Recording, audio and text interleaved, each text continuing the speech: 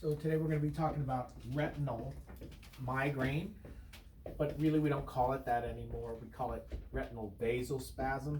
However, because for historical purposes, you need to know it's related to migraine, I'll leave that in there.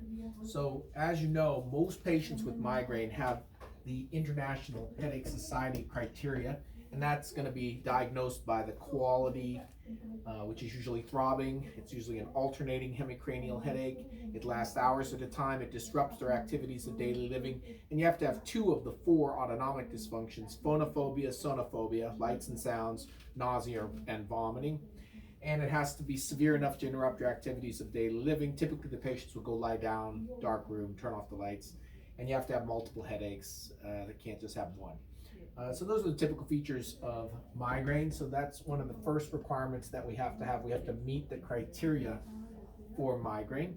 And then, as you know, in most patients who have migraine aura, so when you have migraine aura, it's classically a scintillation scotoma with a fortification component, which means it's got a jagged line, it's got a flashing light, and it typically moves across the visual field. So it starts small and then moves across the field, and we call this march and build up. And this squiggly line is the fortification scotoma, because it looks like a fort from above, and the flashing component is scintillating. And it's usually bilateral and simultaneous. It lasts 20 minutes and then the headache follows. So a bilateral, simultaneous fortification and scintillating scotoma with march and buildup that is bilateral, simultaneous, and followed by the typical migraine headache is our normal aura.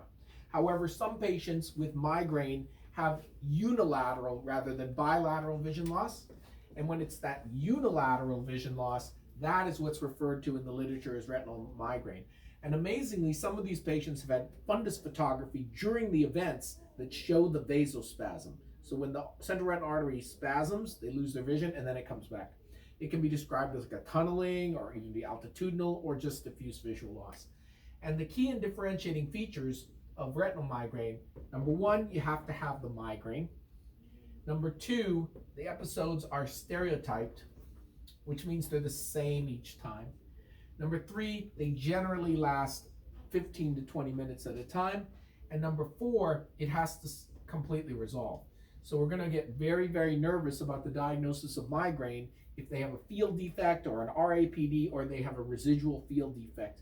So migraine really should be reversible.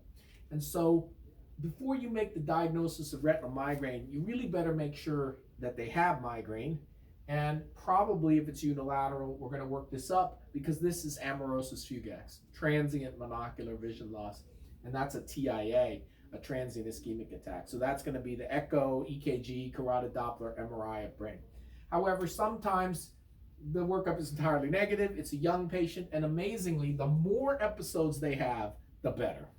That seems counterintuitive, but if you've only had 2 episodes, that could still be an ischemic lesion from emboli. If you've got 20 episodes, you're going to start to feel better about that being migraine.